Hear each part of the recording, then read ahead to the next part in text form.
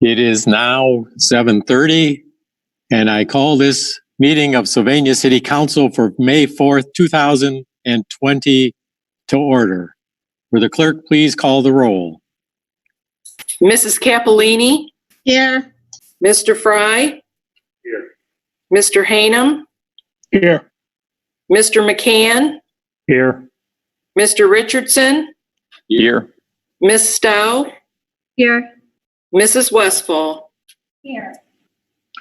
All 7 members of City Council are present, so a quorum does exist. I will let council members know that 4 city councilmen are present in City Council chambers: Mrs. Westfall, Mr. Richardson, Mr. Fry, and Mr. McCann. The other 3 city council members are joining us via Zoom. We welcome everyone to our Zoom meeting. Present in City Council chambers tonight is Mr. Sanford and Mrs. Brining. Joining us via Zoom is Chief Snore and Toby Schroyer and Mrs. Booker. Also present in the council chambers with us tonight is one member of the public. Kevin Aller is joining us via Zoom. Okay. Present with us in City Council chambers tonight is Joe Verkenis. All right. Our council chambers are open to the public. They are not locked. At this point, I would invite Ms. Stowe to lead us in the Pledge of Allegiance.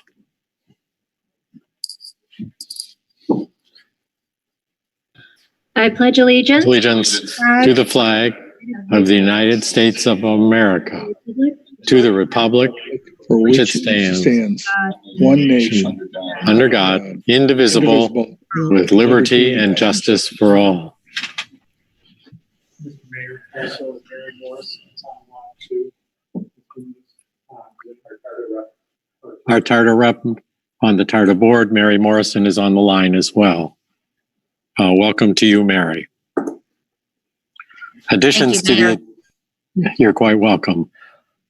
Additions to the agenda tonight, I would like to add as agenda item 14, a report of the public hearing held this evening concerning the proposed JED with Sylvania Township at the Oakleaf Manor development. Mrs. Westfall. Thank you, Mr. Mayor. I would like to add a committee of the whole meeting to talk about the downtown development plan. We'll make that agenda item 15. And then also a committee of the whole meeting to talk about TARDA, wherever that lands in the agenda. Right. It is currently agenda item 5, and we will add to it C, a committee of the whole meeting. I would like council to know that the general manager of TARDA contacted me earlier in the day to let me know that they are meeting also with the Ottawa Hills Village Council tonight, and she is going to text my phone when they are done here and will join and ready to join us, and I will make her whatever the next agenda item is, but we will need to delay her in the agenda past agenda item 5. Mrs. Westfall, any further items? Other members of City Council? Yes. Mr. Mayor. Mr. Richardson. I need to, I'd like to schedule a community, employee and community relations committee meeting regarding. We will add that as agenda item 12A.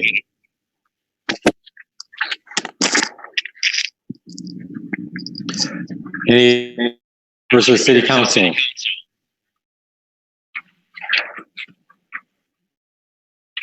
Hearing none, is to approve the agenda as amended.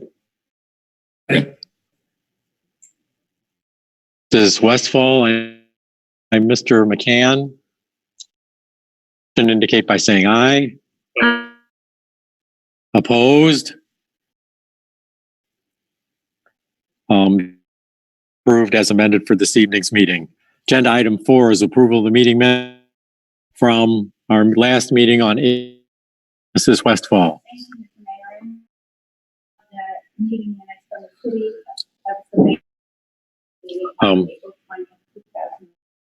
Just moved approval, but without her microphone on.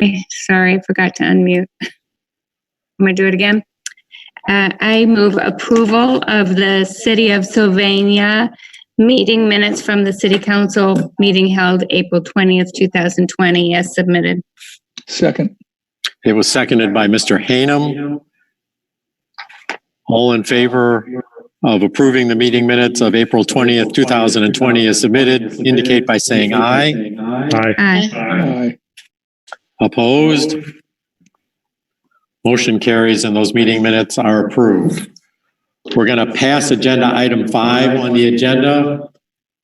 We will come back to TARDA once I hear from the TARDA General Manager. So let's move on to our COVID-19 update. Last we had this was 2 weeks ago, and I gave you an update of where we've been. We continue to address the issues of COVID, and now we're beginning to take up the issue of bringing the city employment back up to full strength and change our schedules, and at some point unlock City Hall. That's a little bit farther down the road. Our financial situation is a little clearer now than it was before, and there are several decisions that we're going to have to make as we move forward. As you can see in the agenda, I have asked members of staff to give us an update tonight so they can tell you their latest particulars on what's going on in their departments of the city. And I'd like to start with Police Chief Snore.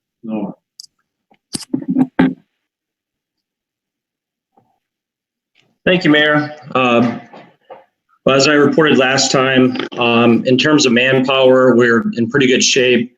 At this time, we don't have any officers who are in testing or who are off in quarantine or anything of that nature. We do have, however, have one officer who is off with an injury. His cruiser was struck by a vehicle about 2.5 weeks ago. In addition, we have one officer who has decided to retire with an effective date of May 21st. So we are down two officers right now. We're hoping that the injured officer from the crash will be back soon, but that's in the hands of the medical staff that's seeing him right now. So in terms of issues in the community, really crime rate is still pretty low. Not a lot of anything really too much out of the ordinary. We are still continuing to see some mental health issues popping up here and there, and domestic violence.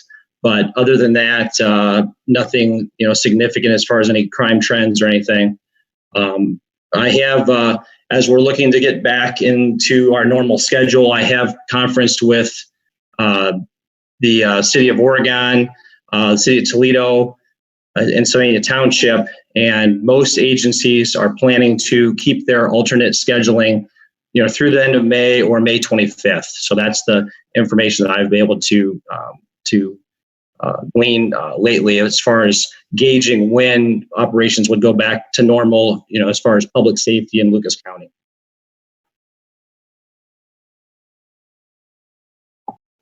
Thank you, Chief. Any questions for the Chief? All right, we appreciate the continuance of your services without any particular issues. You are on an alternate schedule right now, and we have asked you to consider going back to your regular schedule. You have not had to go to your emergency schedule of 12-hour shifts, I believe. So I think that's all positive. Yes. And we are glad that your officers have not been infected by the COVID. Thank you so much for that report. Thank you, Mayor. With that, I'd like to move on to Mr. Aller, who's going to give us an update of the service department and other safety issues. Mr. Aller.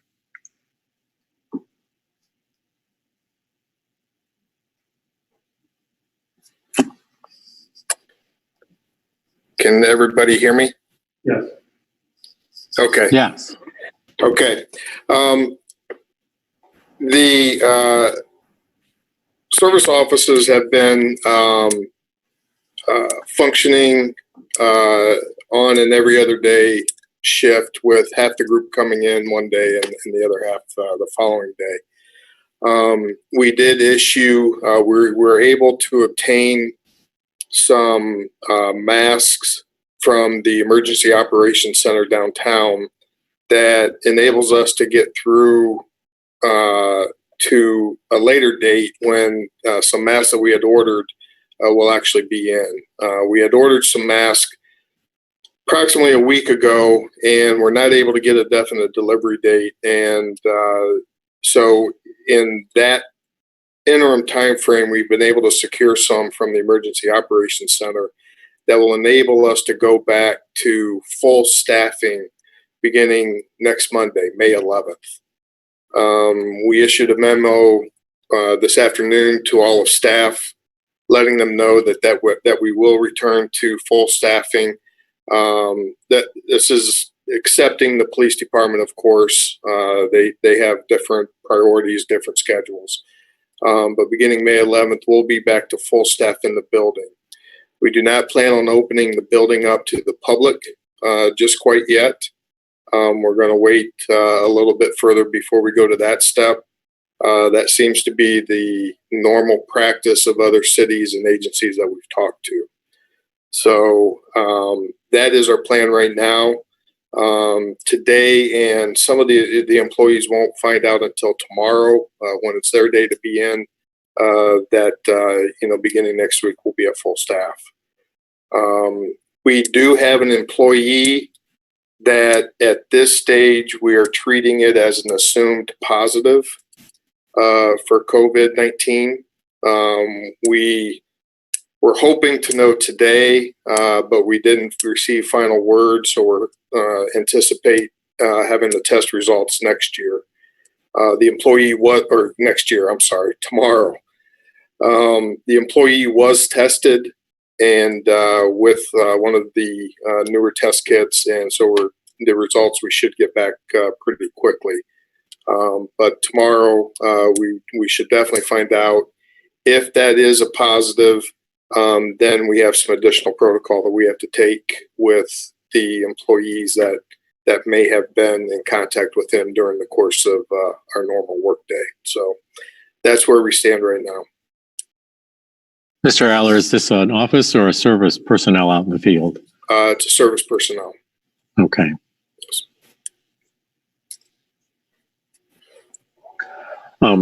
City Hall has been locked. We have been providing services. The phone numbers are all in the front door. I've gotten no complaints about people not being able to get their attention of city people when they needed to.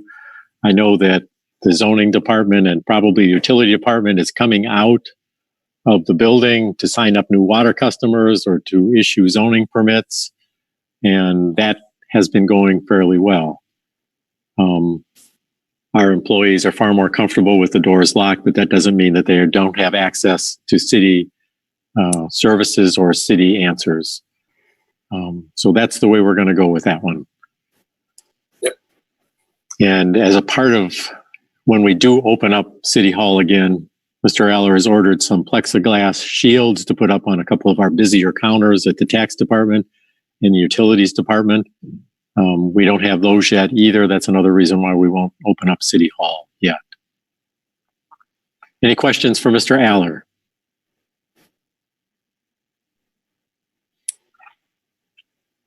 All right. Thank you. Everybody will be interested in the financial update. We do have Mr. Schroyer joining us via Zoom. It is now past the end of April, so we have some updated numbers. So Mr. Schroyer, we're looking for your finance and budget update.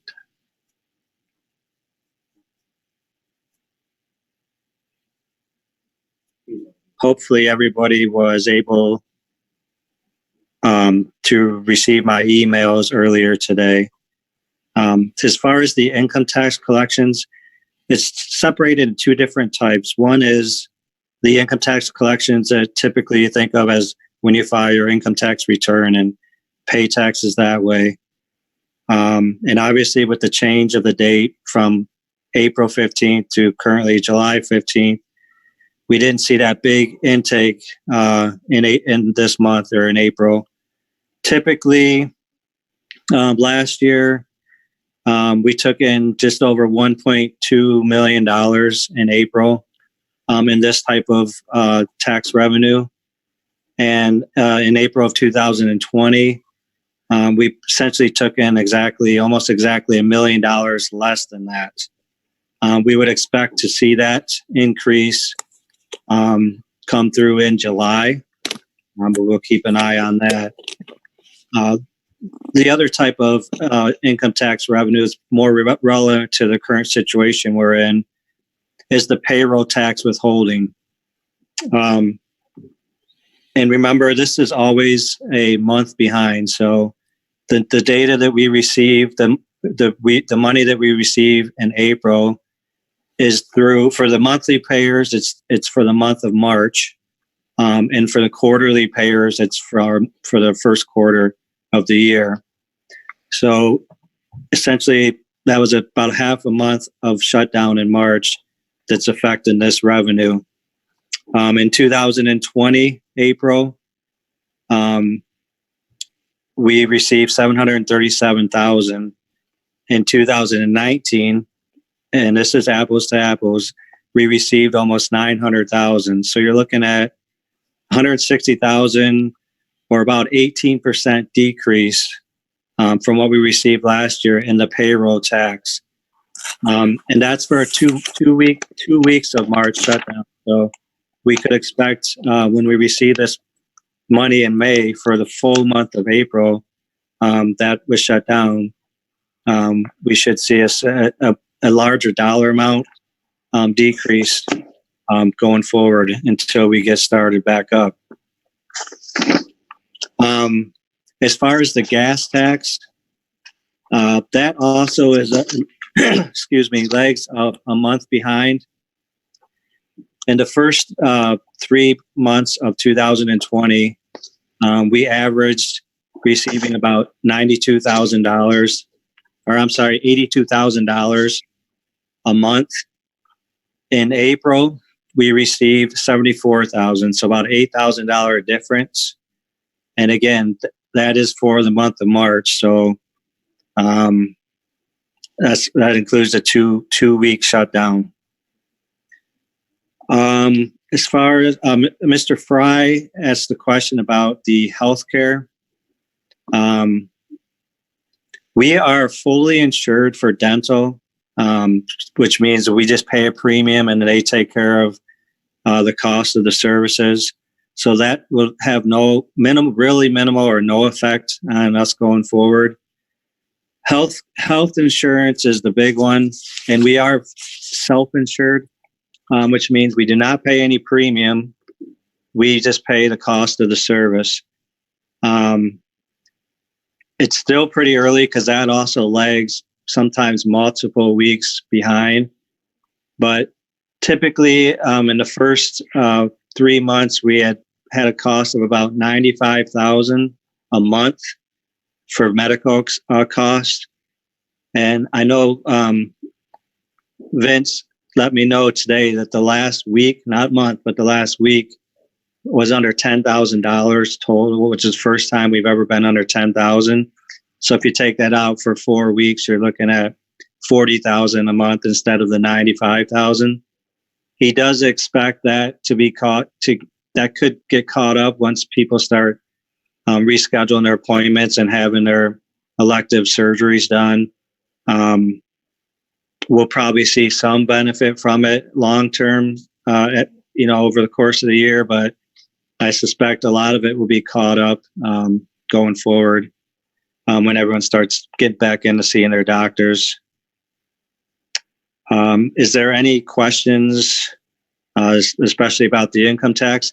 I can tell you we're down almost 22% through April compared to last year. Again, that is because of the tax day change into July, and that equates to $1 million. So almost $1 million down, and we lost $1 million with that tax, with the tax day change into July. Toby, it's Mark. Yes, Mr. Fry.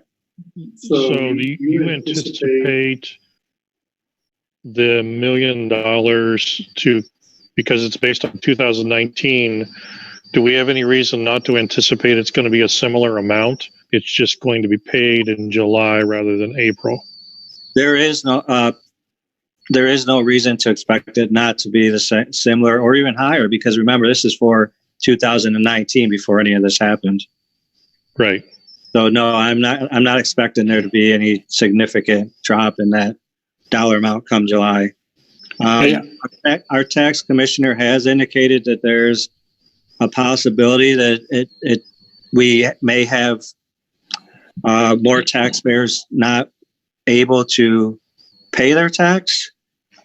She's concerned with property taxes also being due in July, that could cause some issues, but we'll look at that when it comes here. I do have another comment on that one, in that Sure. It's not just you're paying the taxes for last year by April 15th. You would have also been paying your estimated taxes for the coming year. And taxes should be a little bit more for last year than they were the previous year. But people may roll back on their estimated taxes if they're closed or having other businesses reduced. So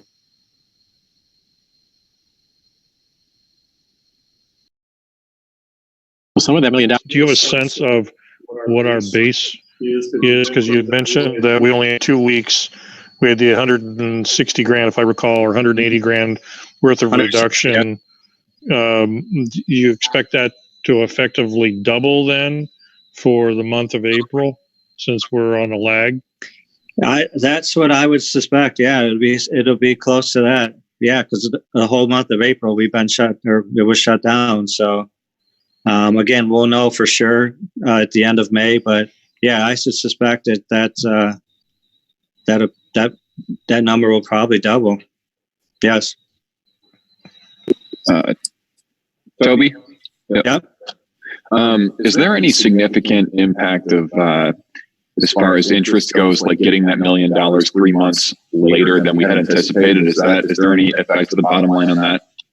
There is not, especially now. Our income interest rates obviously have dropped significantly in the last couple of months. So there's nothing significant about receiving that money early. No. Cool. Toby, we obviously are seeing a drop in revenue.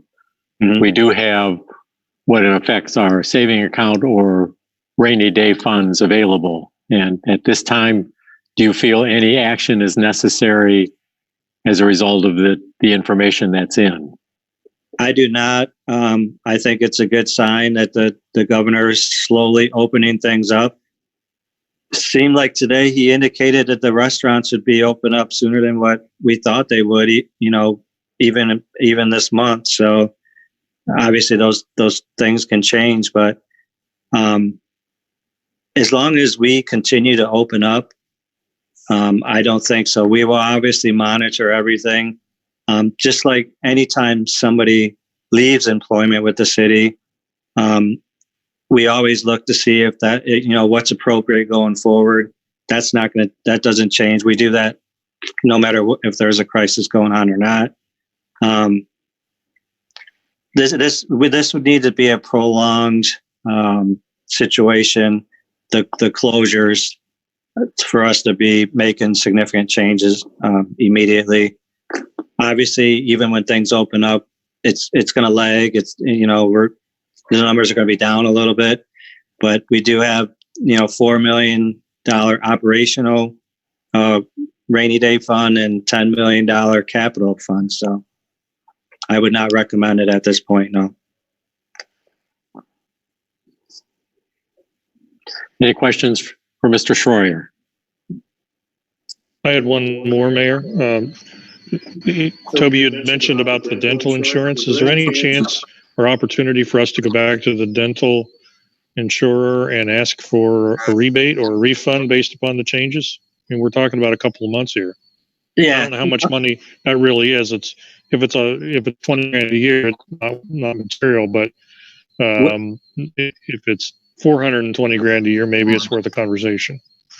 where that will come into play is upon our renewal. It's not something where they issue rebates or refunds. But we have a 2-year right now where we started a 2-year rate guarantee. But obviously, if your claims, if they're high, you're going to get probably an increase when it comes time to renew. If we don't have any, if our claims are lower than what they expected, then we would expect it that going forward that our rates, when I say rates, I mean the premiums that we pay, should decline once we get into the new period after the 2 years. But I certainly, I've not heard of Delta Dental doing refunds or rebates, but I'll certainly talk with Vince about that. He did get your email, so he was aware of your question. He didn't suggest that that's something they would do, but I will confirm with him that that's not on the table right now. What he said to me was that it'll come into play come renewal time.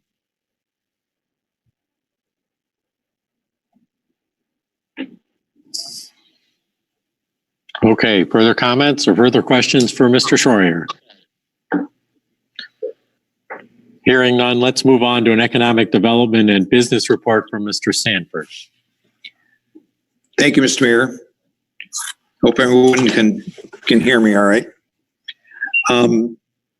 Just a couple quick things. I remain on the Chamber's Business Restoration Committee, and you may be seeing in the next few days green signs that the Chamber's putting out that particular establishment is meeting all the requirements to open up again. So that was one thing that the Chamber wanted to do for showing confidence for people to enter the store, because they're showing that they're complying with what is requested of them.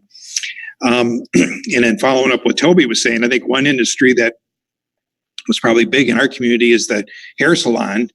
And Carmen Wiggins from Mervay, I saw today, she's on the governor's task force for that industry, like the restaurants, hoping that opens up, pretty soon. Because again, a lot of these little places all add up, and I think that as we go forward, we can kind of find out more about some of the businesses.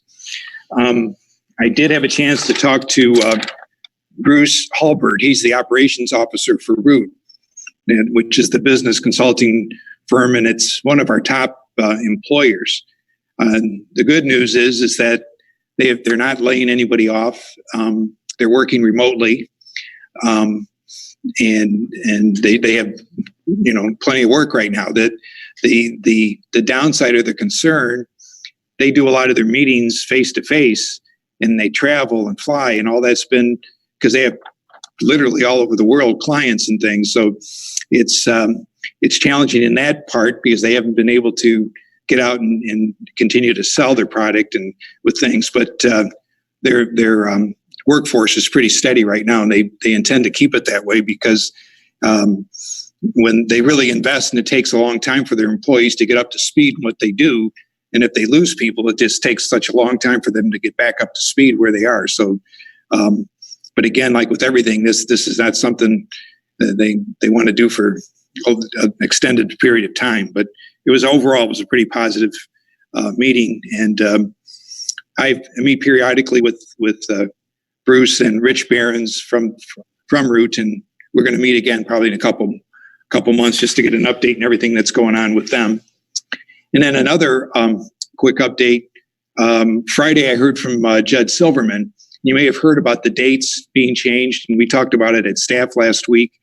And that was just kind of a quick thing that happened in the last couple of weeks.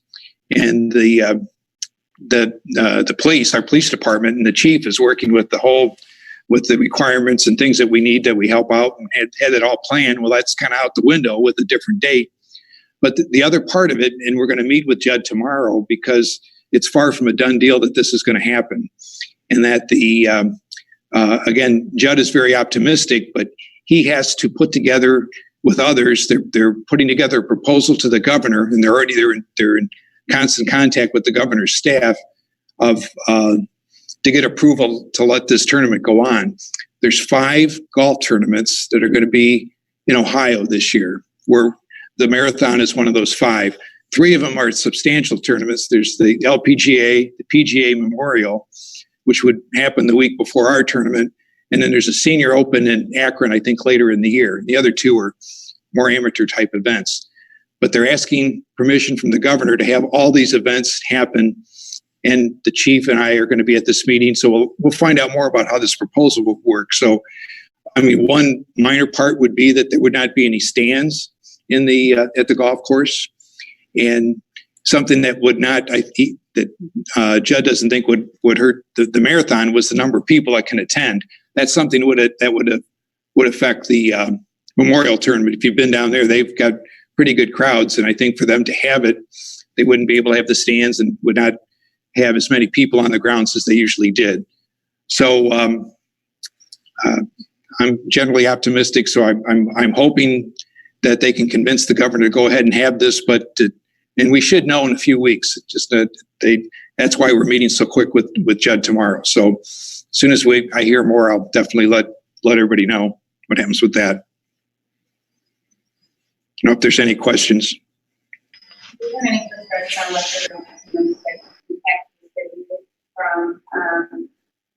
The golf tournament. And I think Toby can hear too, but yeah, we've got the income tax, and I want to say it's been in the 20 to 24,000 rate, something like that.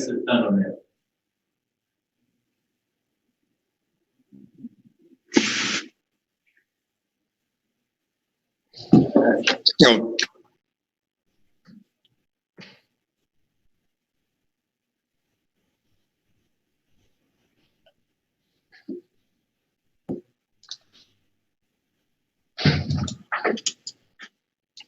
So we realized, and then city this year. So we've got that happening, and then and I think SCAT is scheduled to be one of the agencies to receive funding from the tournament this year.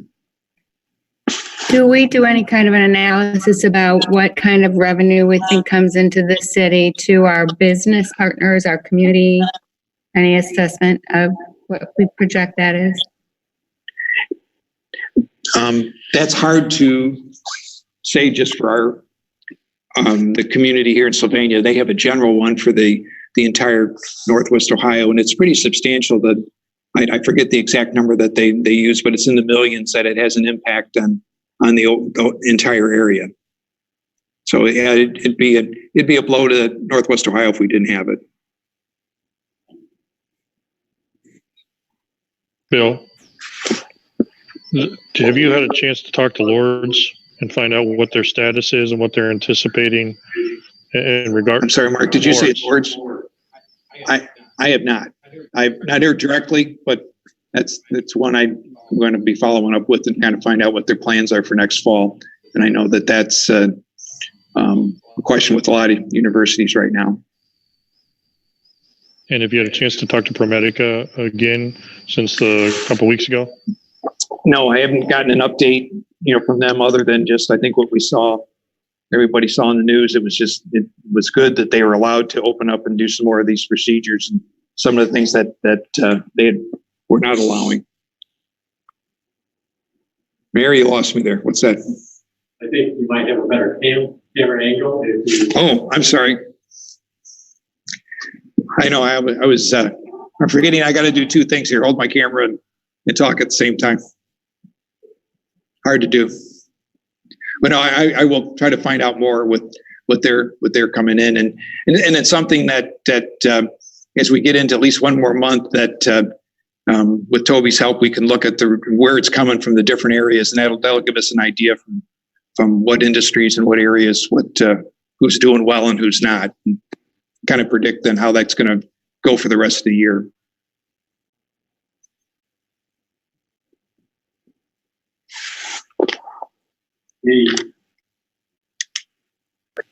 Any questions for Mr. Aller?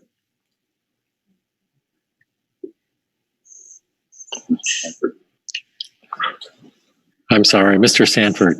I'm trying to get ready for answer. anything for Mr. Sanford. Before we move past that, we are going to talk a little bit more later about the fireworks and about some other activities that we've had to change here coming up in the next month or two. But I have gotten texted by Kimberly Dunham of TARDA. She and Mr. Woodcock are now in our Zoom meeting, and I would like to welcome them to our Zoom meeting. Good evening, everyone. Thanks for having us. Hi, thank you, everyone. We are going to go back to agenda item 5, which is a discussion concerning the TARDA sales tax information. Hello, Kim. Hi, great to see you. Good to see you as well. We have published and put in all of the council members' packets, a hard copy of your PowerPoint, and the floor is yours. Danny's going to us in. Dan? Or Danny, okay. Yeah. Is there any chance I can project this? You should be able to share your screen. Yep, perfect. No problem. Let me make sure I have this up. There it is. Kim, and just give me a nod when you want me to change your slide. There we go. How's that, everyone? There it is. Great. So first off, thank you for your time this evening. My name is Daniel Woodcock. I am the president of the TARDA Board of Trustees. And obviously, Kim Dunham's with me here too. She is the industry expert on this. That's why we brought her in. I'm going to give us a real brief overview of TARDA, where we're at, and then I'm going to hand it off to her to talk about where we're going to go from here. So the topics, just like I went through, we're going to talk about the agency and then a framework for how we can make this what it needs to be. Right now, we do 2.5 million trips a year. We employ over 300 people and have a 13-member board. Of those 191 revenue vehicles that are listed, more than half of them are past their useful life and need to be replaced. And Kim's going to talk a bit more about that. But we're really proud of our paratransit, the Call Ride, and our school service programs. Talking about ridership, the majority of our rides are workforce related, followed closely by student trips, job seekers, people with disabilities, senior citizens, and the next generation of Toledoans like myself who don't want to worry about the cost and the hassle of owning and storing a vehicle. And a lot of us consider that when we're relocating after college. So a new framework for our agency. We'll talk about the crossroads we're in now, the operations, our fix-it-first mindset, the future, and the funding. So regional resilience. I don't need to tell everyone the wonderful renaissance that our area is going through. I mean, whether it's business or arts or nightlife, you see all around us this energy, this vibrancy that previously may have been absent. And a big part of that, we think, is TARDA. Through public health and workforce, quality of life, sustainability initiatives, we continue to impact our regional resilience. And just a small anecdote on that, during this COVID crisis, we still serve 1,400 riders a day, 1,400 riders, 300 employees, and a number of first implementations for the state and nationwide to protect our workers and our ridership as well that Kim's going to talk about. But if that isn't resilience, I don't know what is. So we recently completed an economic impact study with the help from the Toledo Regional Chamber of Commerce and the Bowling Green State University Center for Regional Development. They're actually going to come in next time around and present a condensed version of that and some of the quantitative and qualitative analysis that went into it. But the big takeaway was the $52 million in annual output into the regional economy from our operations and from capital expenditures. So we asked them to give us an ROI on that. And the ROI was for every $1 invested in public transportation, $4 was reaped in economic return. New leadership is key and essential to TARDA, and it starts at the top. I've been here for 2 years. I've been in my role as president of the board for 4 months. I come from a business background. I used to advise companies at the University of Toledo Launchpad Incubation, and I currently serve on the Toledo Regional Chamber of Commerce. But more importantly was some industry expertise and some experience reviving struggling agencies from inside. And that's where we met Kim Dunham on this job search. We were really impressed with her ability to implement new technologies and to pivot her agency in New Haven. So here I'm going to turn it over to her and let her talk about some of the industry expertise that she brings to our team. Thanks so much, Danny, and good evening to all of you. As I had indicated when I met with council earlier this year, I'm very excited to have the opportunity to lead TARDA into the future. I appreciate the support of our board of directors, our staff, our community that overwhelmingly supported our property tax renewal last week, and of course, all of you. Our community, customers, and businesses deserve an exceptional public transit system. Under new leadership driven to excellence and with a bold vision for the future, I'm confident we will succeed. These are just some examples of progress that has already occurred since my arrival. The hub project is on hold. We've declined the autonomous vehicle project. We work to repurpose federal funds to shore up our financial stability. We're paying vendors in a timely manner. We repaired relationships with key community stakeholders and are beginning to expand the expertise and technical capacity of our executive team. We'll touch on COVID and funding later. Next slide, Danny. So what needs to change? Let's talk about operations first. TARDA needs a complete transformation, and these are the key strategic areas that require our attention. We're working hard to build a best-in-class team that can lead a modern and sophisticated 21st century multimodal transportation system and drive our success. And I mean our collective success. Great thought has already been put in this region into connections that move people and freight, including rail, harbor, roads, bike, and pedestrian.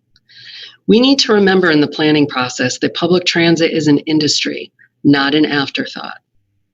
We will need creative and critical thinkers on our team who embrace change and challenges, and who also have experience in bus system redesign, technology deployment, and customer service-driven focus. As an example, Laura Kaprowski joined our team last week as Chief Communications and Customer Experience Officer. Let me say that again, Chief Communications and Customer Experience Officer. The title alone should give you an idea of my vision for organizational restructure and our priorities. Add to that Laura's experience at COTA in Columbus and as Executive Director of Ohio Public Transportation Association. Our industry is watching what's happening here in Toledo, and I expect we will attract many more industry leaders to embark on our transformational journey. Next slide, Danny. An example of bold and decisive leadership during my tenure has been our agency's lead role in the industry during COVID-19. We were the very first Ohio public transit system to enact many of these policies on the slide to protect our drivers and riders, and we were well ahead of most of our national peers as well. So what do we need to do? We need to fix it first. We submitted a $30 million competitive grant application to replace buses last month. Of the 191 revenue vehicles Danny spoke of earlier, 142 have exceeded their useful life.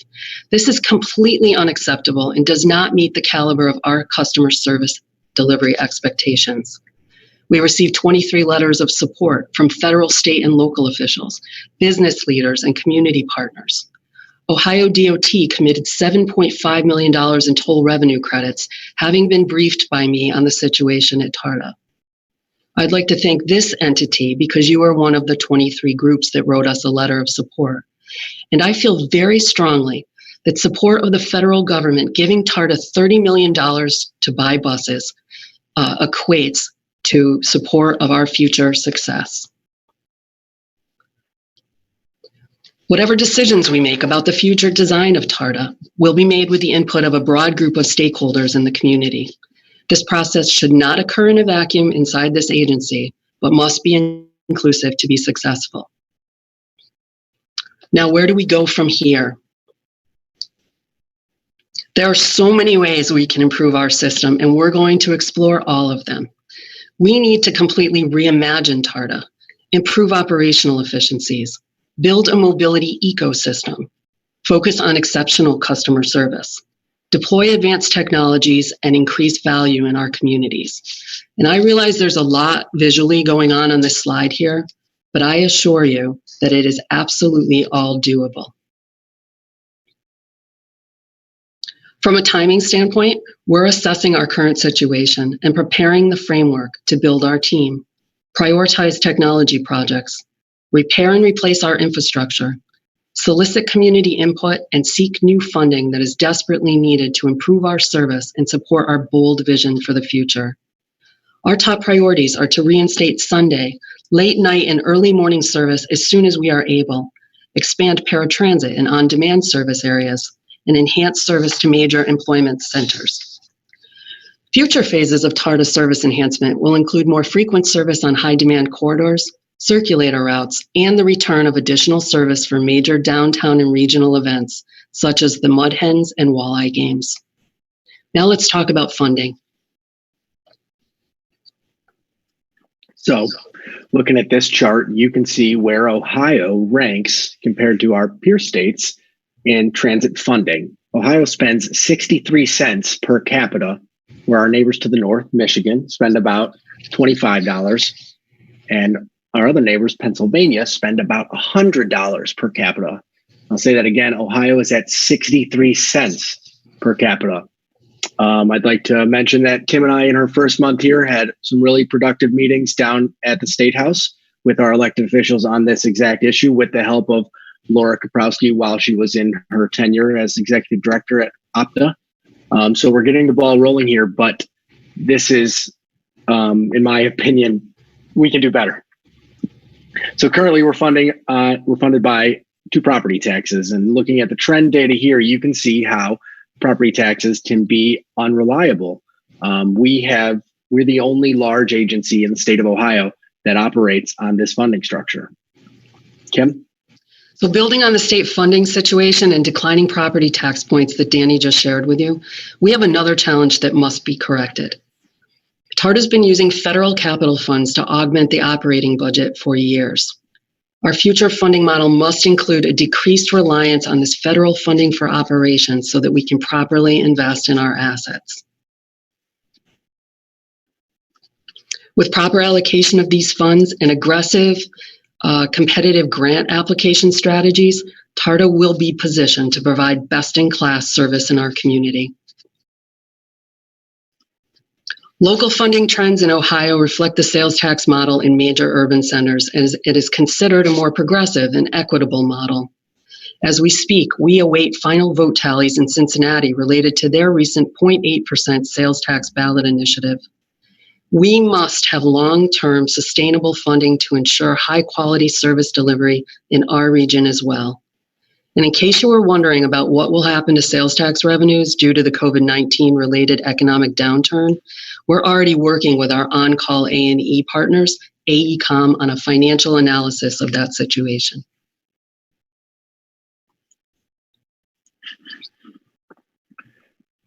So this is where we need your help. We need to get this question out to the voters. First off, we need to add Lucas County as a member of TARDA. We need to be able to expand our service area. We need to restructure our board. We need to give 3 seats to the new member, Lucas County, and drop 3 of those seats from the city of Toledo. And then we need to go to the ballot and ask the citizens if they would like to eliminate the 2 property taxes that currently fund our public transportation in our area and adopt the model that the other great cities in Ohio have adopted and spread that tax base out with a sales tax. We'll allocate these monies to TARDA operations and allocate money to each member municipality for infrastructure projects. That is our vision for public transportation in our region. This is our way of replacing an antiquated agency, and this is our opportunity to plan for the future with your help. We'd love to answer any questions, comments, concerns you might have now, and sincerely appreciate you giving us some time this evening. Thank you for that presentation. Questions from members of City Council? Mr. Mayor, I maybe should know this, but if you stated I've missed, has anybody else voted on this yet? I would be pleased to tell you that we just finished up with Ottawa Hills. We presented the same PowerPoint, and they graciously voted to waive their 3 hearings, and they just voted and approved the resolution that was proposed. Thanks, Kim. You're welcome. And that's your first one. That's the first one. You're the second. Okay. Other questions from members of council? Mr. Mayor. Mr. Mayor. Mr. Hanem. Kim and I have spent some time talking about TARDA, and I've been a pretty vocal skeptic. I've been very impressed with what seems to be a new direction with TARDA and with the leadership. And while I don't think that we're quite ready to vote on this tonight, I think we ought to give our community an opportunity to address us about their thoughts on this. I am inclined to support sending this to the voters throughout Lucas County.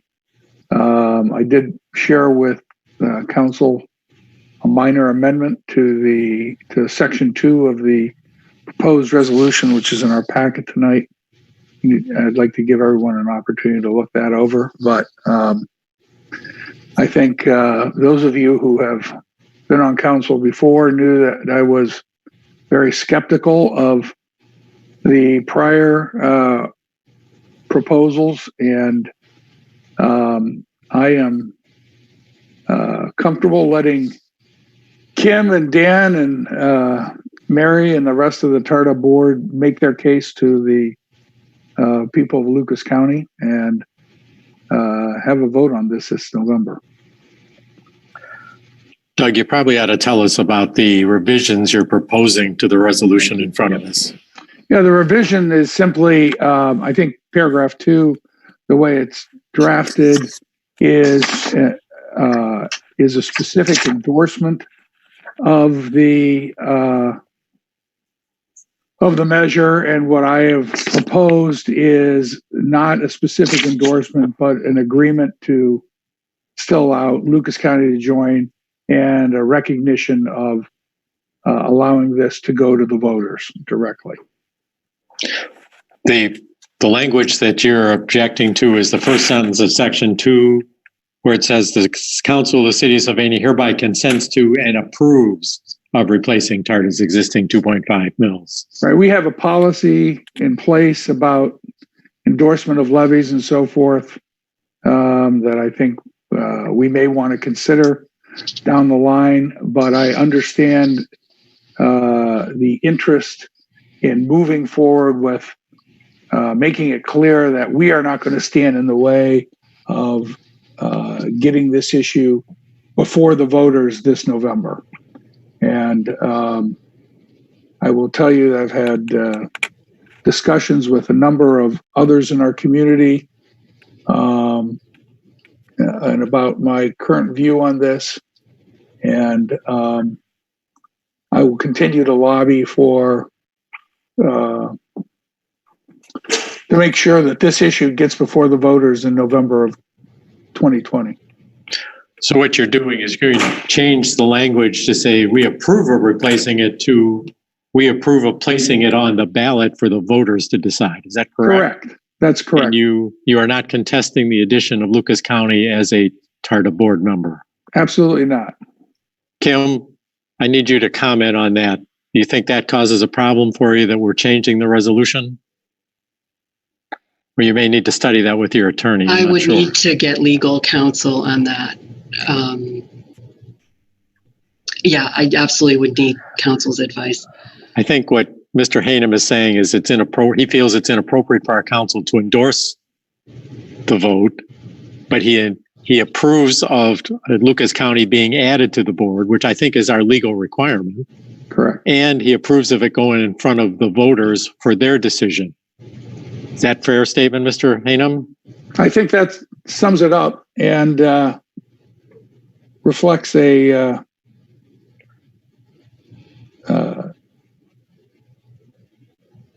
significant change in my position.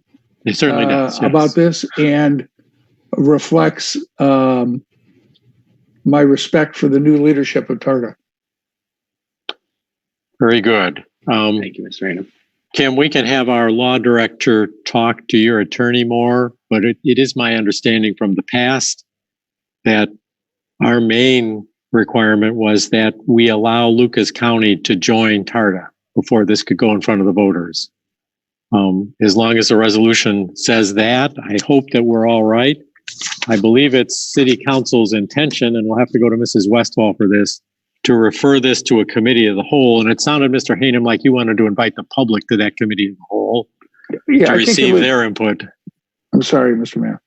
I think it'd be appropriate to allow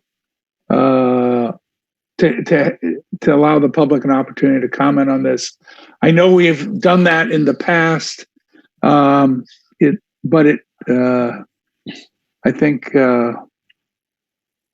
my time of serving on council with Mr. Lukey taught me that it never hurts to listen to our constituents. So I think that's a good idea.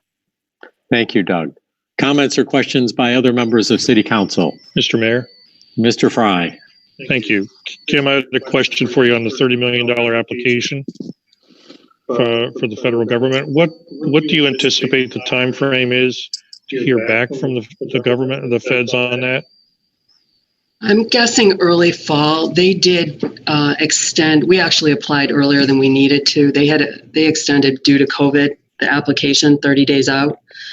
So I'm guessing they'll probably extend the award as well. But my hope is early to mid-fall. We also, just for your information, we have 40 open options on a Gillig 35-foot bus procurement with our friends and peers in Dayton. So we've already indicated our interest in utilizing that option. So we'll be able to move very quickly on once we've received the award, to be able to purchase. And I know that lots of people will ask me, why are you going to purchase 35-foot vehicles? And I will tell you, of the 142, down the road, in the future, we will have a strategic fleet replacement plan in place. Without technology right now that tells us how many riders ride on each route, there is, of the 142, there's no data that would give me any more information to know that we absolutely need 40 replacement buses of the horrific condition that some of these vehicles are in. So hopefully that helps. Thank you. Thank you. Questions or comments from other members of City Council?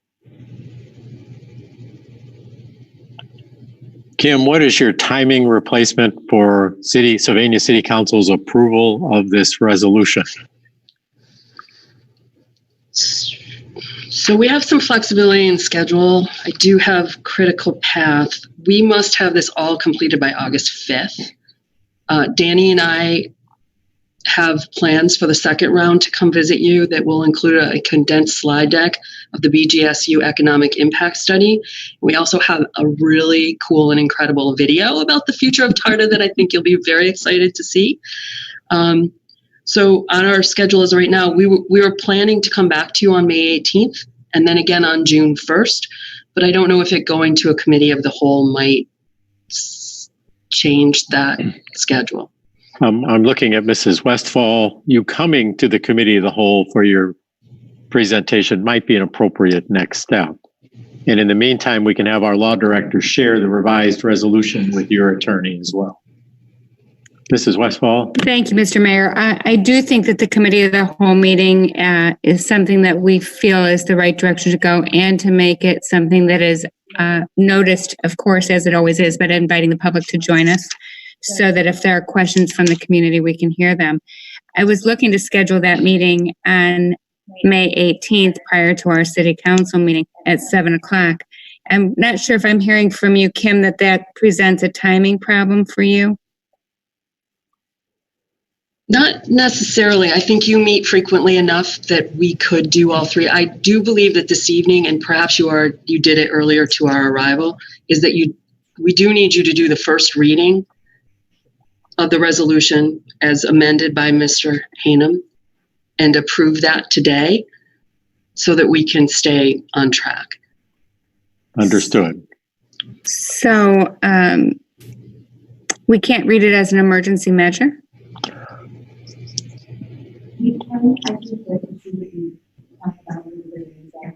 I believe you can. Ottawa Hills just did. Yes. And that's why we built the emergency language in. Yeah, sorry about that. I think the issue before it requires a supermajority to pass something as an emergency, and before we're not sure that we would necessarily have those votes. As long as we pass it prior to August 5th, we can do it as an emergency or take 3 readings at 3 separate meetings. Just has to be completed prior to August 5th. I'll just say that my hope here is that we could have a 7-0 vote on this either on May 18th or June 1st. And that's the purpose of my amendment. Of course, I don't think there's any problem ever with doing a first reading just as a precautionary measure. So if that's what Kim feels comfortable with, unless there's an objection from the mayor or from council, I feel comfortable to move forward with that first reading. But I would like to schedule the committee of the whole meeting before we get distracted as well. Let's take those 2 steps, Mrs. Westfall. If you would read Resolution 13, 2020 as a first reading only, and I think you should preface it as amended. Yeah. Thank you, Mr. Mayor. I'd like to introduce a first reading of Resolution number 13-2020. All members of council receiving in advance. I will read by title only, and this will be read as amended per our discussion this evening. A resolution amending the resolutions previously adopted, which created the Toledo Area Regional Transit Authority, TARTA, by 1, adding Lucas County as a member of TARTA, 2, eliminating TARTA's 2.5 mil property taxes and substituting a 0.5% sales and use tax, 3, allocating monies from the sales and use tax collected to TARTA to directly fund its operations and allocate monies from the sales and use tax collected to other local governmental entities for the installation, maintenance, and improvement of mass transit-related infrastructure, provided that such changes are contingent upon voter approval of the new TARTA funding system at the November 3rd, 2020 general election.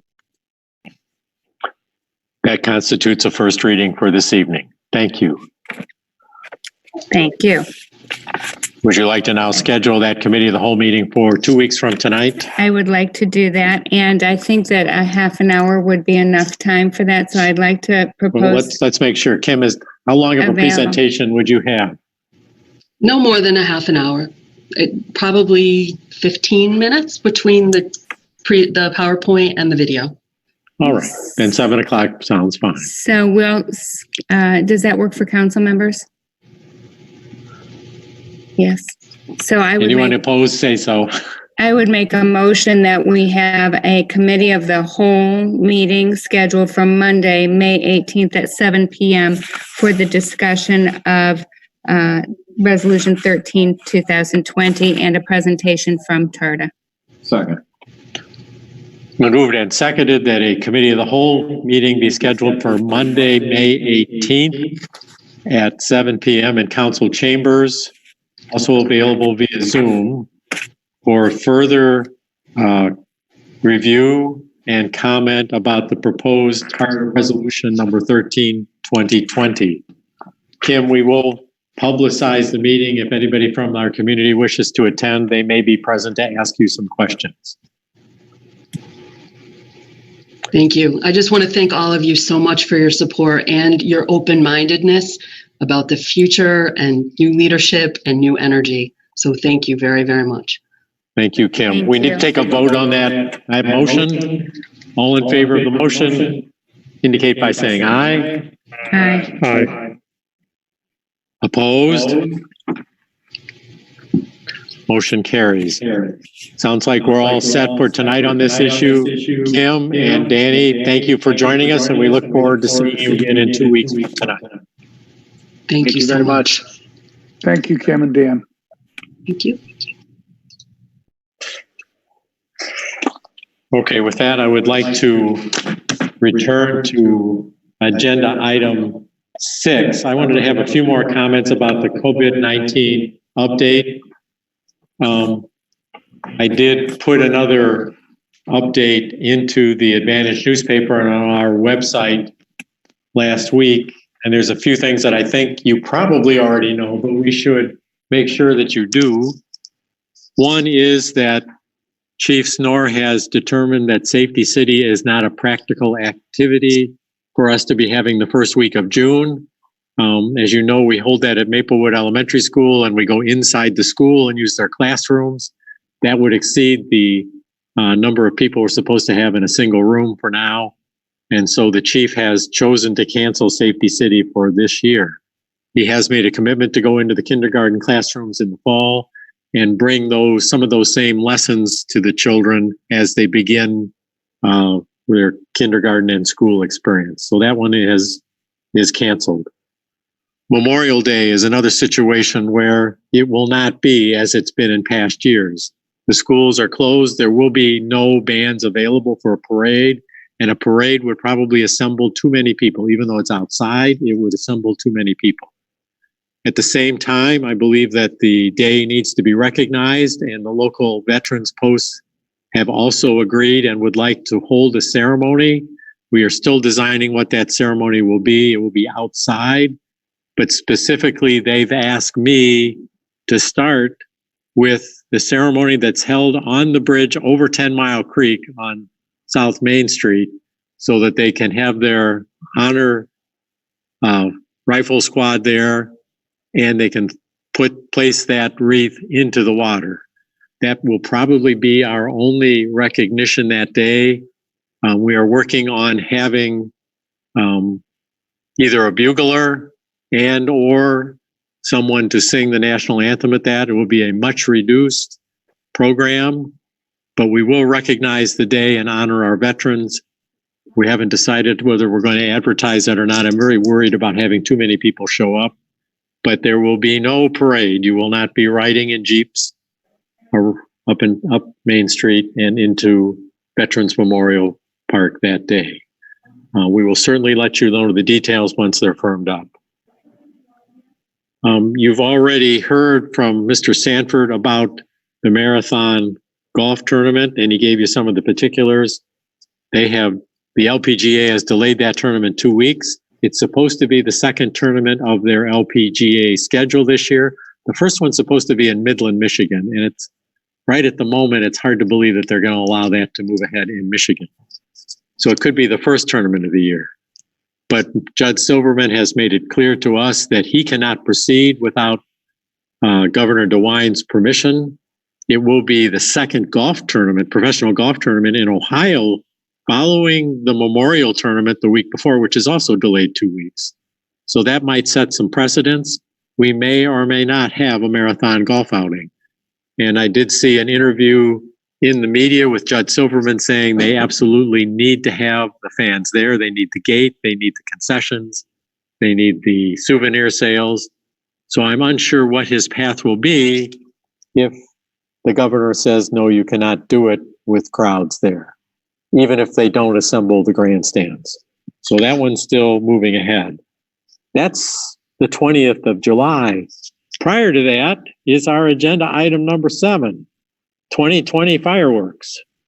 And I also wrote in my mayor's message that we are studying that one as well. The contract apparently gives us until the end of May to decide whether or not we're going to hold it as scheduled on the 3rd of July. Remember, these are held on the 4th of July evening. I think it's fully appropriate and fitting that we have a recognition of Independence Day in our community as well. It probably can't be the same as it's been in the past. I don't think we can have the large assembly at Centennial Terrace, and we're even concerned about the large number of people that would go into Pacesetter Park. However, decision about fireworks is ongoing. I have gotten through our Facebook page a couple of comments saying we have to have the fireworks, we must do it. Mr. Sanford, I don't know if you're still attending the meeting or not, but we have heard that the city of Oregon is going to proceed with their fireworks. I also heard in a mayor's conference call 2 weeks ago with Mayor Kapsakavich that theirs will be canceled. I don't know that he's taken that official action yet or not. They are a very big draw in downtown Toledo on the 4th. We are on the 3rd. And we are trying to get an answer, and I'm sure we'll hear as soon as they make a decision whether the Maumee Perrysburg fireworks will be held. We don't know whether Sylvania Country Club will hold theirs or whether others in the community will. But we need to take into account if indeed Centennial Terrace is closed, and what if Pacesetter Park is closed, all that parking there. We'd have people all along our streets in town and in the township to see those. I know a lot of our residents can see them from their homes. I can't, I'm too far away, but a lot of our community can. I would probably come out and try to see them in person closer. We have till the end of the month to make this decision, and I'm going to turn the discussion and the chair over to Mr. Fry. He's our fireworks chairman. So I've said a lot, Mr. Fry, but you're in charge more than I am. So go right ahead. Thank you, Mr. Mayor. Well, you pretty much covered, we did have a conference call between the township, Mr. Sanford, myself, and Mike McMahon from Sagard to discuss where we were standing in that regard. And one of the things that was under conversation or debate, if you will, is what we do with Pacesetter. The question becomes, because typically, because I've never seen the fireworks from Pacesetter, what typically occurs is people park their cars, they get out, they walk over to the grass area, they put out blankets and stuff, and they have a small party there with their family and friends, and they have, you know, different activities and the like going on. That's one of the things that's a little bit up in the air. Centennial Terrace, if you've ever been there, that seems to me to be very problematic with 6-foot distancing. There's no practical way to do that with the number of people there. So that's probably not possible. But as you said, Mayor, we've got a little more time to make the decision on what we do in regards to the fireworks. And but I would like to have input from the chief regarding my concern associated with cars parking along the road. Particularly if the city of Toledo doesn't do their fireworks. It's a Friday night, which would have been a very significant time to have fireworks on the 3rd anyways. But if Toledo's not doing it, is that going to bring more people to Sylvania and create more issues associated with cars parked in inappropriate spots from a safety perspective? So that's one of the things that I would like to hear, and it doesn't have to be this minute, Chief, but would like to hear from you and Mr. Aller, and whatever extent you can relay what the Township Police Department might be looking at as well.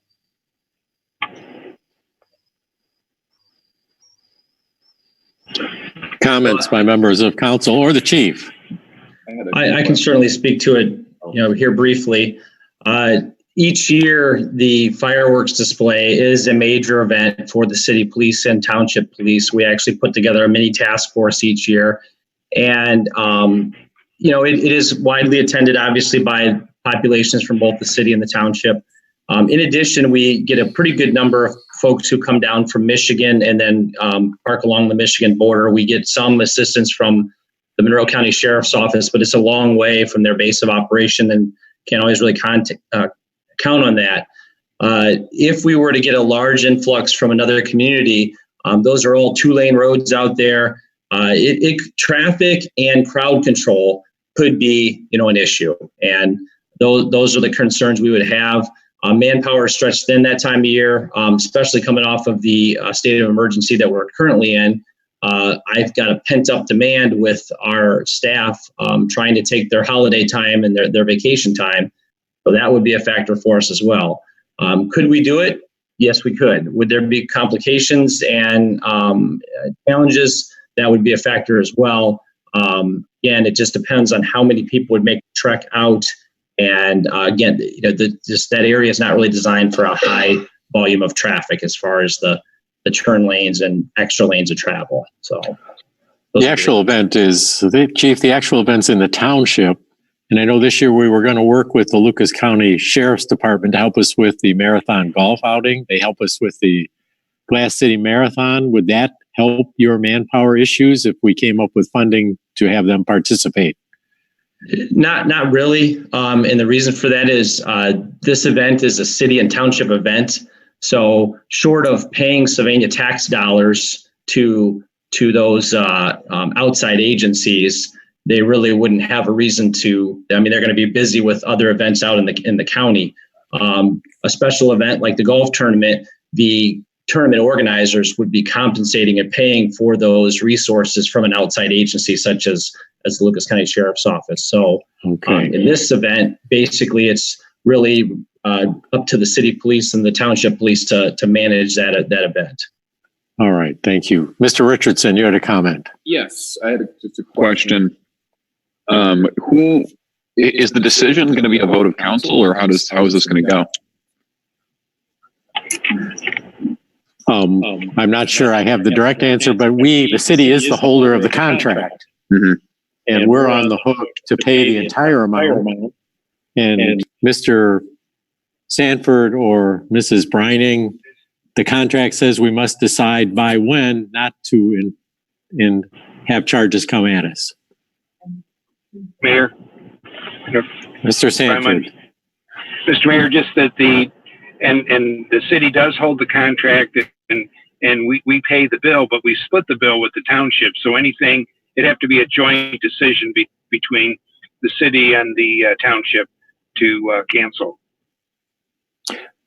This is a tough call, and we don't need to make it yet. We need to see how this goes. A quick comment. This is Capolini. So last night, Mike McMahon sent out an email to all the Stage Yard and Sylvania Rec board members that the national acts at Centennial Terrace are all canceled this summer. There's usually 5 to 7 national. So I don't know if the rest of the events at Centennial will follow suit, but I know for sure that the national ones are not going to happen. All right. I'm not sure how we want to handle this, but I bet you we need to talk about it again in 2 weeks. That's May 18th. We don't even have to make the decision by then. Right. Another option is to consider delaying the fireworks until Labor Day or something like that. That's a possibility as well. I think that you need to hear from your constituents and give it some more thought. It sounds like a tough event to hold, but that doesn't mean we shouldn't do it. And if we're not going to have the major fireworks, what kind of a recognition of Independence Day can we have in Sylvania? I know that a couple of years ago, a lot of us participated in the reading of the Declaration of Independence. That's an awfully small venue and did not have 6-foot social distancing. That might not be the right event, but we can give some thought to that as well. Mr. Hainham, your picture just came up. You must have Mr. something Mayor, to say. Yeah, I think this is obviously a very fluid situation. I don't know that we're going to have a clear answer by the end of May. It would be interesting to know if our supplier would consider extending this to Labor Day. That would be it's not ideal, but something worth knowing about. Either way, I think we're just going to have to play this by ear and see how things develop. I know going back to the office today and seeing people in the office, it certainly felt dramatically different today than it did on Friday. So, things are changing fast. Yeah, we actually chatted about the possibility of delay. My recollection of the conversation, and Bill, you can correct me if I misremember, but they were open to potentially delaying it to the Labor Day weekend, perhaps. My concern is for those people, I don't know that we're going to be away from the 6-foot distancing question on the 4th of September any more than we are on the 3rd of July. And so I'm not sure that really changes anything. I'm assuming that that's going to be required and continuing at least through Labor Day. And that's one of the things that we've got a challenge to try to deal with. I'd love to say, hey, we can just kick it to Labor Day and then do what we typically do on the 3rd of July. That would be wonderful, but I'm not sure that's practical. That may not be a practical solution either. Yeah, it's obvious that we're going to learn a lot in the next few months of this, and you're absolutely right. Predicting the future on this is foolhardy. Right. Does anyone else have a feeling the governor is going to weigh in on fireworks across the state? I mean, I'm sure that, every city in the whole state is going to do fireworks or not do them. I just have this feeling he's going to have some comment about it.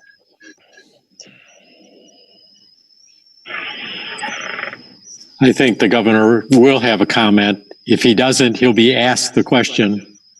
And the attendance levels vary greatly from community to community. I think the more rural, smaller communities can do this. We have such heavy attendance that we've got to have a plan to make it work if indeed it's going to proceed. And it's going to have to be done in conjunction with the township as well, because a lot of the territory is going to be their responsibility. And every year we work with them. But it's such a crowded event when I go out there. Last year, I rode my bike to it because driving to it wasn't practical. And I got home, I think, before anybody that drove. So it's a tough one.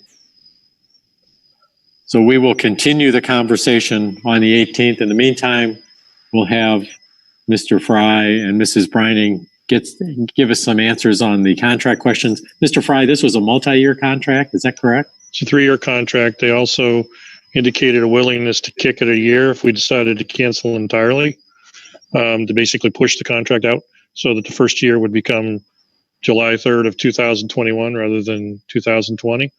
So they seemed to be comfortable with that as well as a potential alternative if we wanted to cancel it completely. All right. Any further comments for tonight? If not, we will add it to the agenda again in 2 weeks and come back with your ideas and your comments then. But they've already started coming into me. All right. I am ready to move on to agenda item 8.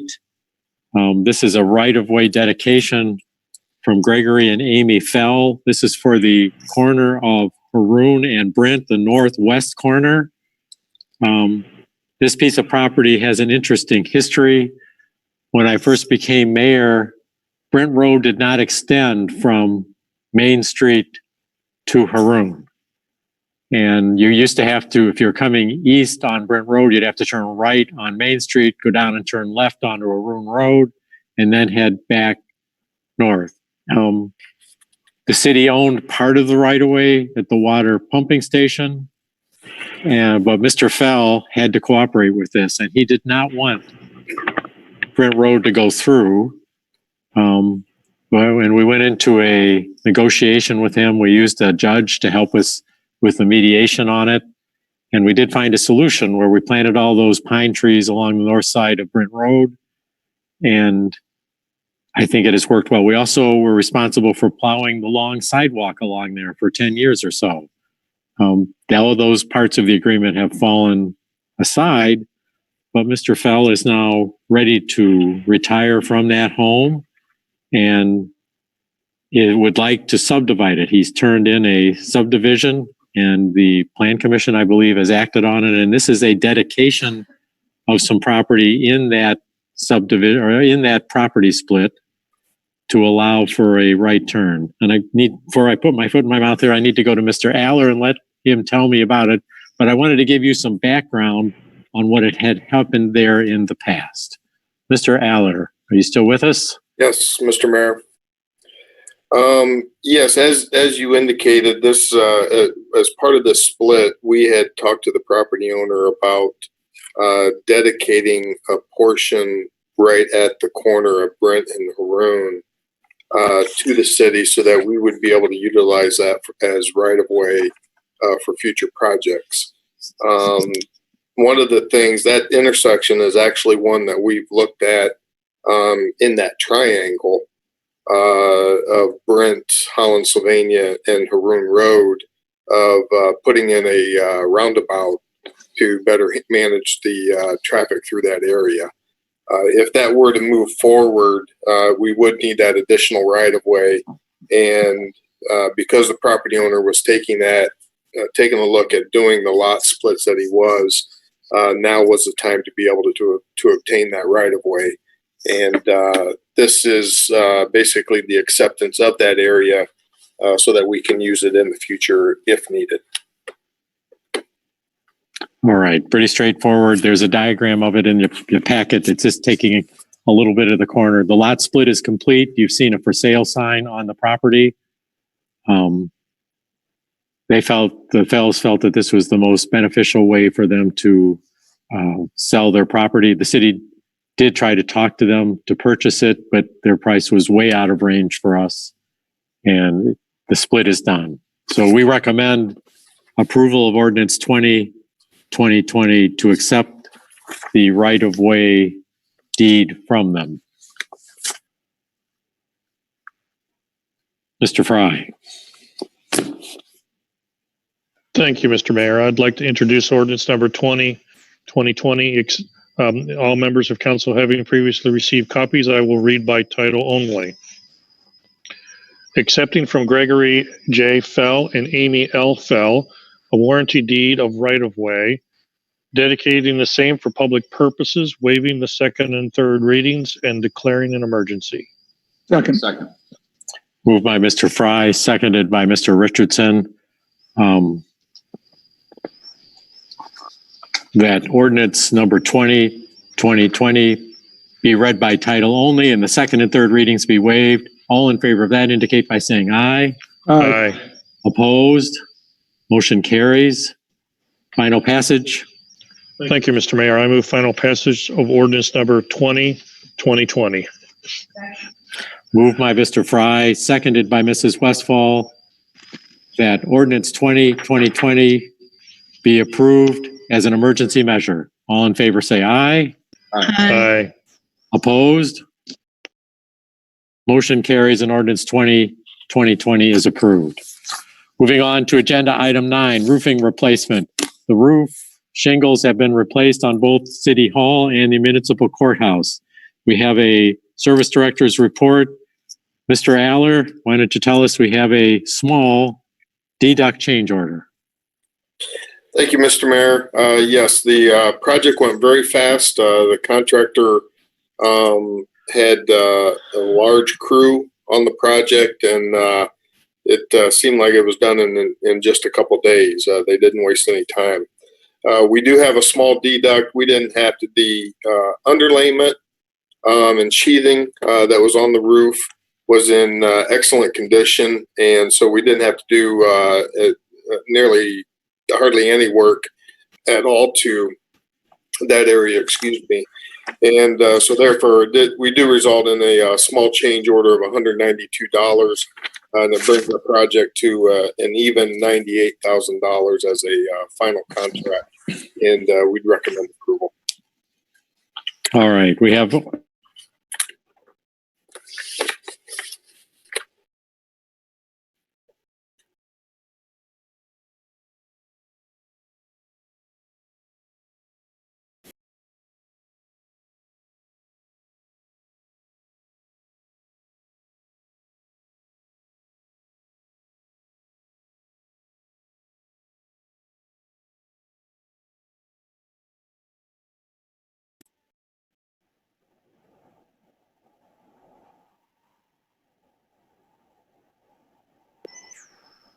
Jack, I'm in trouble.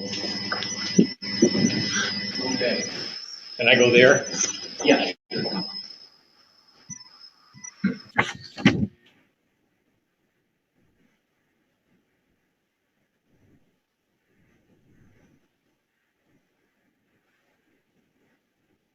All right.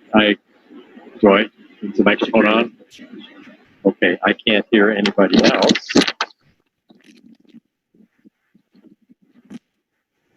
All right. Ms. Dow, would you like to read the ordinance, or did you already? No, I couldn't hear anything that was happening. I would be happy to read the ordinance. Thank you. All right. Thank you, Mr. Mayor. I'd like to introduce ordinance number 21-2020. All members of council having received copies in advance, I will read by title only. Authorizing the mayor and director of finance to approve change order number 1 final to the city's agreement with Overhead Roofing and Sheet Metal Incorporated for the Administration Building and Sylvania Municipal Court roof replacement project, which reflects the actual work performed on this project, decreasing the contract amount by $192, waiving the second and third reading, and declaring an emergency. It was moved by Ms. Dow, seconded by Mrs. Westfall, that ordinance number 21-2020 be read by title only and the second and third readings be waived. All in favor of that indicate by saying aye. Aye. Opposed? Motion carries. Final passage. All right. I move final passage of ordinance number 21-2020. Second. Moved by Ms. Dow, seconded, I believe, by Mr. McCann, for final passage of ordinance 21-2020 as an emergency measure. All in favor say aye. Aye. Opposed? Motion carries and ordinance 21-2020 is approved. Moving on to agenda item 10. We have a street banner application from Lourdes University. You have in your council packets a copy of the design of this banner. Congrats, Lourdes graduates. This is the total cost of this banner is being paid for by Lourdes. It will be installed, I believe, by our crews. Is that correct, Mr. Aller? Yes, that is correct, Mayor. But they are reimbursing you for the cost. Correct. All right. So this is not a cost to the city. This is one of the reasons why we put the banner cables up, because Lourdes wanted to be a part of this, and we certainly want to get this up. I recommend approval of ordinance 22-2020. Mr. Hanem.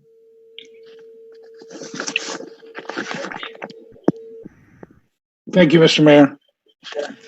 Let me shuffling paper.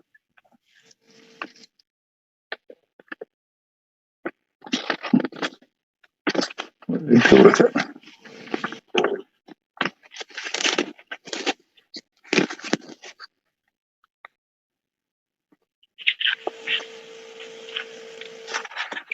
Okay, here it is. Thank you all. Mr. Mayor, I move adoption of ordinance number 22-2020. All members of council having previously received copies, I will read by title only, approving the banner application of Lourdes University, authorizing the zoning administrator to indicate such approval on behalf of the city of Sylvania, waiving the second and third readings and declaring an emergency. Moved by Mr. Hanem, seconded by Mrs. Westfall, that ordinance number 22-2020 be read by title only and the second and third readings be waived. All in favor of that indicate by saying aye. Aye. Opposed? Motion carries. Final passage. Thank you, Mr. Mayor. I move final adoption of ordinance number 22-2020 as an emergency measure. Is moved and moved by Mr. Hanem, seconded by Mrs. Westfall for final passage of ordinance 22-2020 as an emergency measure. All in favor say aye. Aye. Opposed? Motion carries and ordinance 22-2020 is approved. Turning to the second page of our agenda, we are up to agenda item number 11. This is proposed ordinance 23-2020. This is to enter into an agreement with Lucas County concerning amending our sanitary sewer agreement. We discussed this briefly at last council meeting, and it was referred back to the administration to have legislation approved, and we have it in front of you. So at this point, we have ordinance 23-2020 to approve these changes. Mr. McCann. Thank you, Mr. Mayor. I'd like to introduce ordinance number 23-2020. All members of council having received copies in advance, I'll read by title only. Authorizing the mayor and director of finance on behalf of the city of Sylvania, Ohio, to enter into an agreement with the county of Lucas, Ohio, to change a formula used in determining the city's share of the operating costs in the Sylvania, Lucas County Sanitary Sewer Agreement of April 24th, 1973, and declaring an emergency. Moved by Mr. McCann, seconded by Mrs. Westfall, that ordinance number 23-2020 be read by title only and the second and third readings be waived. All in favor of that indicate by saying aye. Aye. Opposed? Motion carries. Final passage. Thank you. I move final passage of ordinance number 23-2020 as an emergency measure. Second. Moved by Mr. McCann, seconded by Mr. Hanem. Final passage of ordinance 23-2020 as an emergency measure. All in favor say aye. Aye. Aye. Opposed? Motion carries and ordinance 23-2020 is approved. With that, let's move on to agenda item Mr. Mayor. 12. Mr. Aller. Yes, this is Kevin, Mr. Aller. Mr. Mayor, I would like to add something. I apologize for breaking in, but because that was the last item on my part of the agenda, so to speak. One thing I did want to mention that we are doing with COVID affiliated operations is we have a lot of businesses that are going to be opening back up in locations. You've got restaurants, you have perhaps some hair salons here shortly, and churches and things of that nature. One of the things that we're doing is we're reaching out to them about their water. Their water has been setting for a month or more in their pipes. And depending on what kind of piping they have, joints they have, that could cause them some concern. And so we're contacting those businesses. You'll see a piece on our Facebook here within the next couple of days, and we'll be contacting those businesses as best we can to let them know to flush their lines and give them directions on how to do so and things of that nature. So that's something that I did want to make sure you were aware of, because our business community will be seeing that information coming out. So I apologize for the interruption, but I did want to make sure that you knew about that. That's good information. I appreciate it. Our businesses may be reopening, but our churches are not. I think our churches are going to remain closed through the month of May, which gives them even a longer time for some of those to dry out. They may have some seals drying out, and they'll find out about the seals drying out real quick. They may not know what the problem is. Yep. So we'll have to be ready to help them with that as well. Yes. All right. Any further questions about this agenda item or comments? Kevin, I believe you told me this one still needs to go back to the county commissioners for their approval as well, but we've received no questions or problems. That's correct. Yeah, it'll go on to the county commissioners for their agenda and approval, and we're not anticipating any concern with that. So very good. Thank you. All right, moving on to council agenda item 12, which is committee reports. We added 12A for Mr. Richardson to schedule a Community and Employee Relations Committee meeting. Mr. Richardson. Yes, thank you. The Community Employee Relations Committee, which is myself, Mrs. Capolini, Mr. Hanem, and Mr. McCann, need to get together to discuss the 2021 city calendar. We've received, written proposals that we need to go through and then decide if we want to have anybody come in and talk to them in person. I was hoping we can meet to go through these written proposals a week from today, Monday at around 5 o'clock. Does that work for the members of the committee? I'm seeing Brian shaking his head. May 11th? Yes. At 5? Mm-hmm. Okay. Good. Katie, is that good with you? Yeah, that works for me too. Okay, great. Do I need to make a motion for that meeting? Not normally, but we do need to have the council clerk post it. Yes. Okay. So then, You intend to do that in this room, or are you going to do it via Zoom, or what's your intention? I would intend to be in this room, and if any members of the committee feel safer being on Zoom, we'll accommodate that as well. But I will be in council chambers. Other members, do we need to have a Zoom meeting set up? There's only 5 of us that'll be in the room the whole time. I'll be there. I'll come. There's plenty of room in here to spread We out. can space out. I did not hear from Mr. Sanford. Are you able to attend that meeting, Mr. Sanford?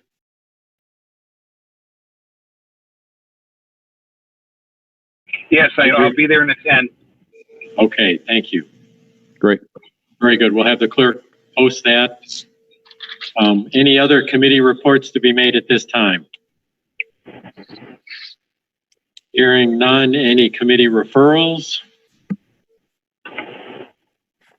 All right, moving on to agenda item 14. I added by Mrs. Westfall, report of the public hearing, or I added this tonight, but for Mrs. Westfall to give a report of the public hearing held this evening concerning the JED. Thank you, Mr. Mayor.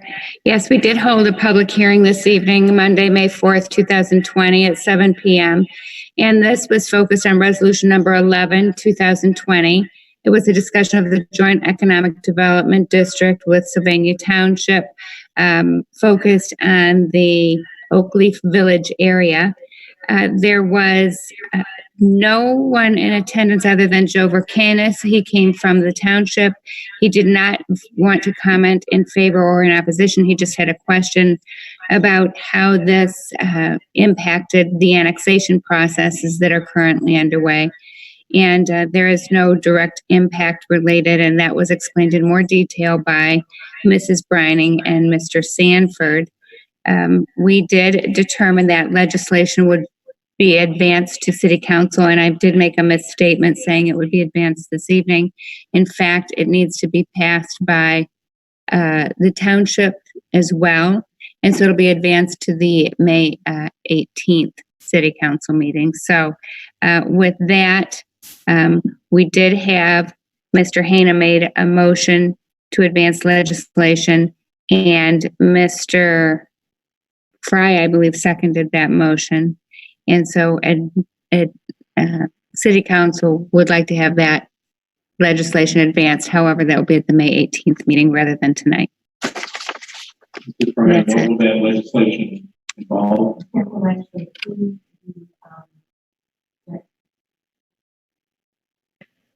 Sorry, that will actually approve the JED contract and establish it.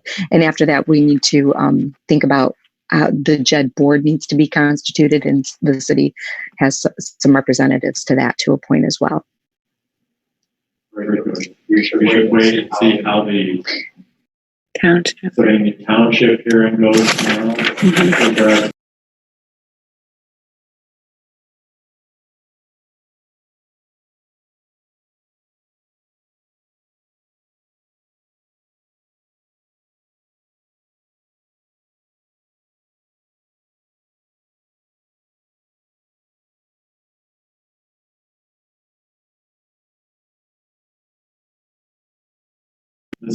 Thank you, Mr. Mayor. I'd like to move that we set a committee of the whole meeting for review of the downtown development plan presented by Michelle Johnson of Environmental Design Group for this Thursday, May 7th at 1 p.m. via Zoom. And that was a motion. Second. Been moved and seconded to set a committee of the whole meeting for 3 days from now, Thursday, May 7th at 1 p.m. for a Zoom meeting to discuss the downtown development report. All in favor say aye. Aye. Opposed? Motion carries, and we will set that meeting and post it as well. Thank you. Is there any further business to be come in front of City Council this evening? I just am thinking about the committee of the whole for TARDA. So the TARDA meetings in the past have been really well attended. In the notice, should we ask that people wear masks?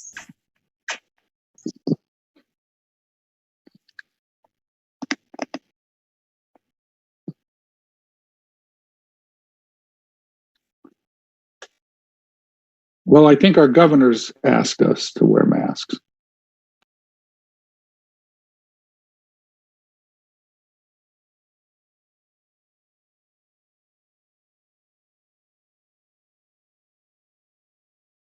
I wouldn't be opposed to adding a reminder that the governor and Director Acton have suggested that the wearing of masks in public meetings of this sort.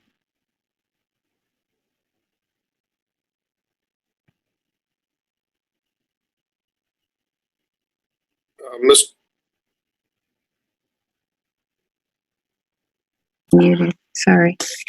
So I think as long as we've noticed it, we've been a responsible member of council, letting people know that it's happening. If they would like to come in, they certainly are welcome to do that.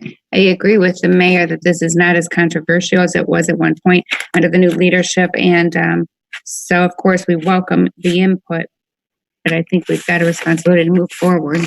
The City Council envision just posting the meeting or advertising the meeting? Tell me how we've advertised it in the past, Mr. Mayor. Do you know? I don't. More than just posting it, we let the public know we were going to be discussing it. By putting a sign up or something out here? I think we put it in the press so people knew it was going to happen. And it was in the paper. That's why we got more people come. But Mr. Hingham asked for public comment. So I need direction. Do we ask to put it in the Blade? Or do we just post it on the wall? Just a point of clarification. It's my understanding, Mr. Aller, correct me if I'm wrong, that the governor's order still is no groups above 10 in any space. Yes, that's correct. I was kind of waiting for my chance to enter in here. Fair enough. Right, and that's we are still required to keep no more than 10 people within a gathering. So that would still be effective. People could have comment via Zoom, though, couldn't they? Yes, our IT director now is going to ask him a question.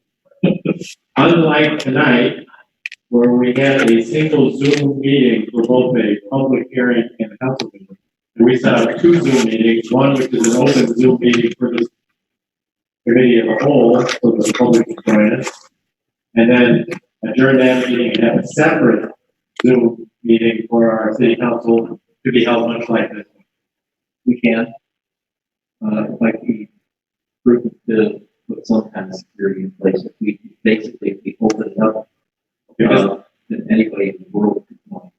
Mr. Sylvania doesn't have his microphone on, so you probably couldn't hear his answer, but he just said yes, that we could do that. Would that be your preference, Mr. Hingham? Yeah, I couldn't hear what Chuck had to say, but I know Zoom has some very interesting capabilities on the webinar mode that allows an administrator to control who can speak in a meeting. Obviously, if we're going to do this by Zoom, we're going to need to have control over those who speak. We're going to want to know who is speaking and have a gateway control into the meeting. So I'm sure our IT folks can figure that out. But obviously, we need to, if we're going to have a public meeting for public input, we need to be able to hear public input. I think perhaps we need to encourage them to submit their input in writing in advance rather than attending the meeting. But like tonight, we'll leave the doors open and they can come if they choose to.